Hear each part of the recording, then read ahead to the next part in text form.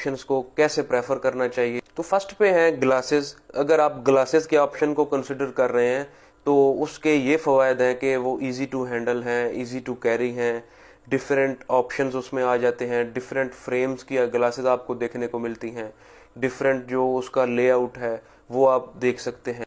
अक्सर लोग तो ग्लासेस को प्रेफर करते हैं ज़्यादा डिसेंट लगने के लिए। 0 नंबर की ग्लासेस भी अक्सर लोग प्रेफर कर रहे होते हैं कि उनका जो लुक है वो बेहतर होगा, उनकी जो पर्सनैलिटी है वो ज़्यादा इम्प्रूव होगी ग्लासेस लगाने से। अब ग्लासेस का कोई ऐसा साइड इफ़ेक्ट नहीं है क्योंकि वो आउटसाइड ही होती हैं।